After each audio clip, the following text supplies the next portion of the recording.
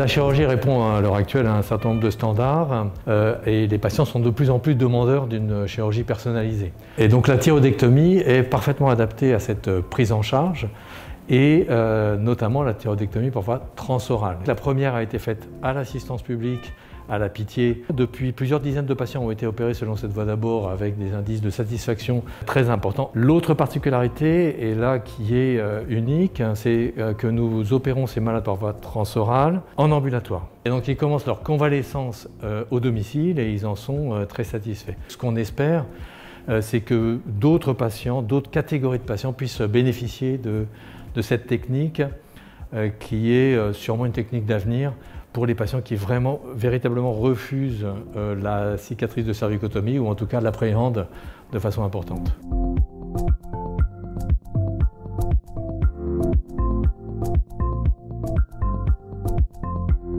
L'hôpital Tenon est le seul établissement de l'AP-HP à disposer de tout le plateau technique pour prendre en charge les calculs urinaires. La technique numéro 1 pour traiter les calculs, c'est l'urétéroscopie laser. C'est une technique au bloc opératoire sous anesthésie générale et qui emprunte les voies naturelles.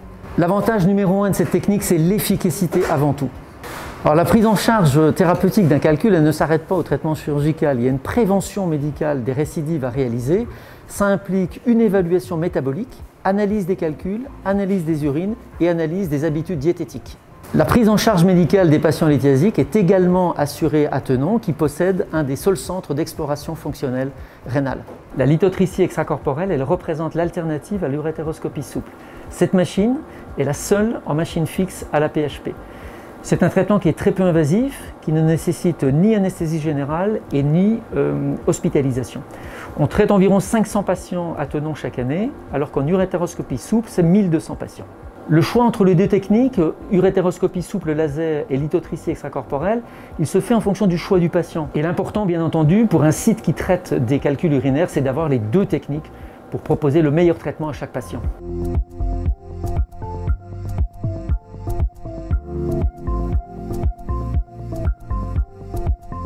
Dans notre équipe, nous nous intéressons à un groupe de maladies qu'on appelle les maladies inflammatoires chroniques de l'intestin, ou MICI, maladie de Crohn, rectocolite hémorragique, pour ceux qui connaissent. Il s'agit de maladies handicapantes, mais dont le handicap ne se voit pas, puisque tout se passe à l'intérieur du ventre. Ce que l'on a appris ces dernières années, c'est que ces maladies se développent sur des anomalies de l'écosystème intestinal, et donc de ce fameux microbiote intestinal, qui représente la flore, la faune de cet écosystème. Les anomalies observées, au-delà d'un déséquilibre, sont une perte de la biodiversité. Un déséquilibre et une perte des espèces bactériennes, comme on observe dans les forêts, dans la jungle, dans le monde moderne actuel.